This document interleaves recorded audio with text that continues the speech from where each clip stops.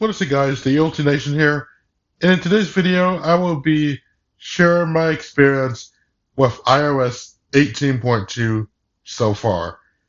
So if you guys enjoyed this video, make sure to like and let's just start this.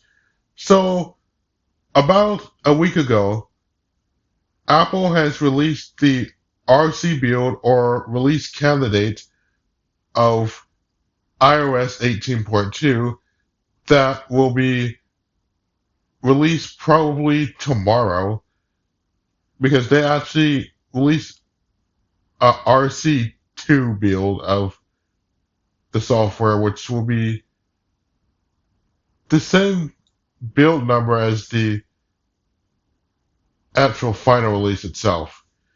And let me tell you, this update is packed with pretty cool features, in my opinion, and it mostly has to do with AI and Chat GPT integration with Siri.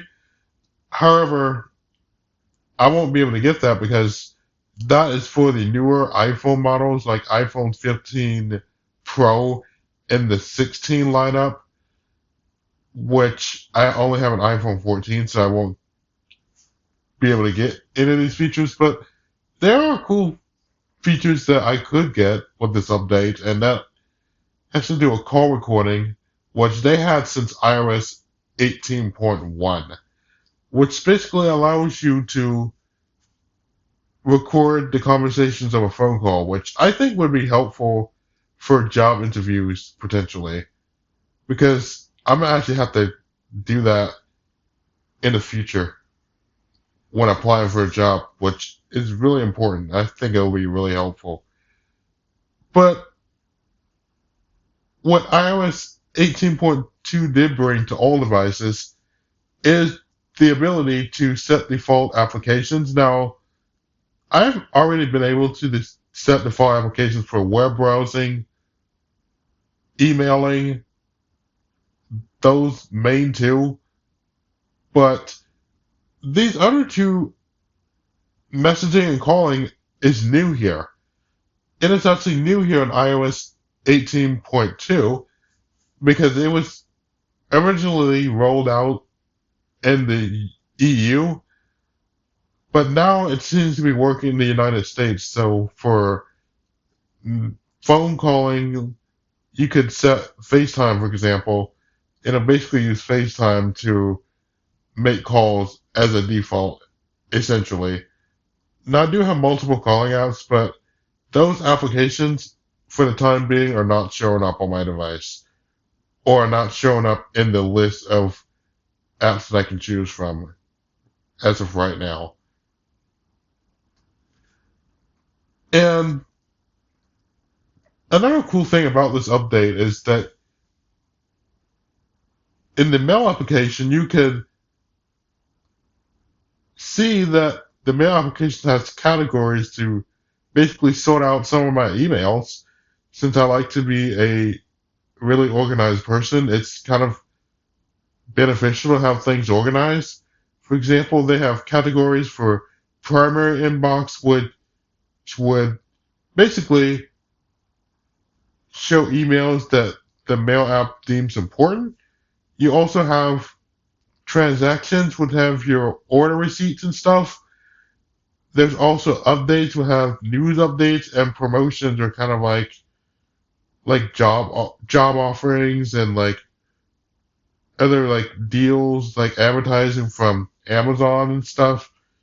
And it seems to be a pretty cool feature to have. It's kind of like Gmail essentially, where they have promotions, social, and primary. But now they have integrated it into the mail application on iOS. And you can turn that off by going to the menu in the top right hand corner, and you can choose a list view, which would basically show all my emails in the mail application as if nothing actually happened. But anyways, not only is the software good to have in my opinion, or the update is like performing pretty well, there are a few issues that I have encountered. For example, there were plenty of times while I was testing this that my iPhone had actually drained more battery than expected, but that's typical.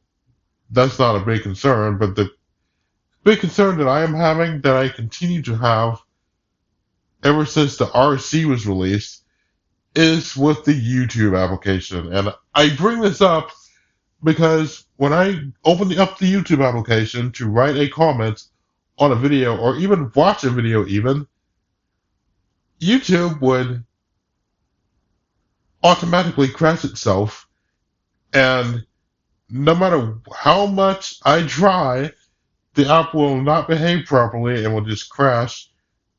So, example, if I'm writing a comment on a video, like I can write the comment, that's fine, but when I go to send it, it just will not send for some weird reason.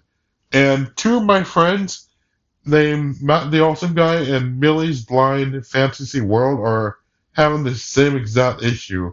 And even they're having this issue on iPadOS 18.2.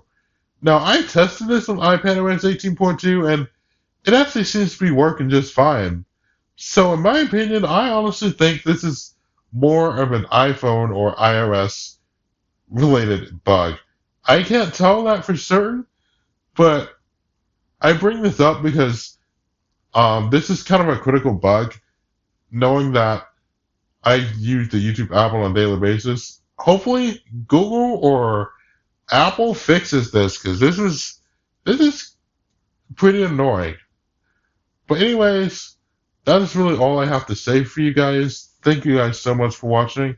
I will see you guys in the next video. Peace out.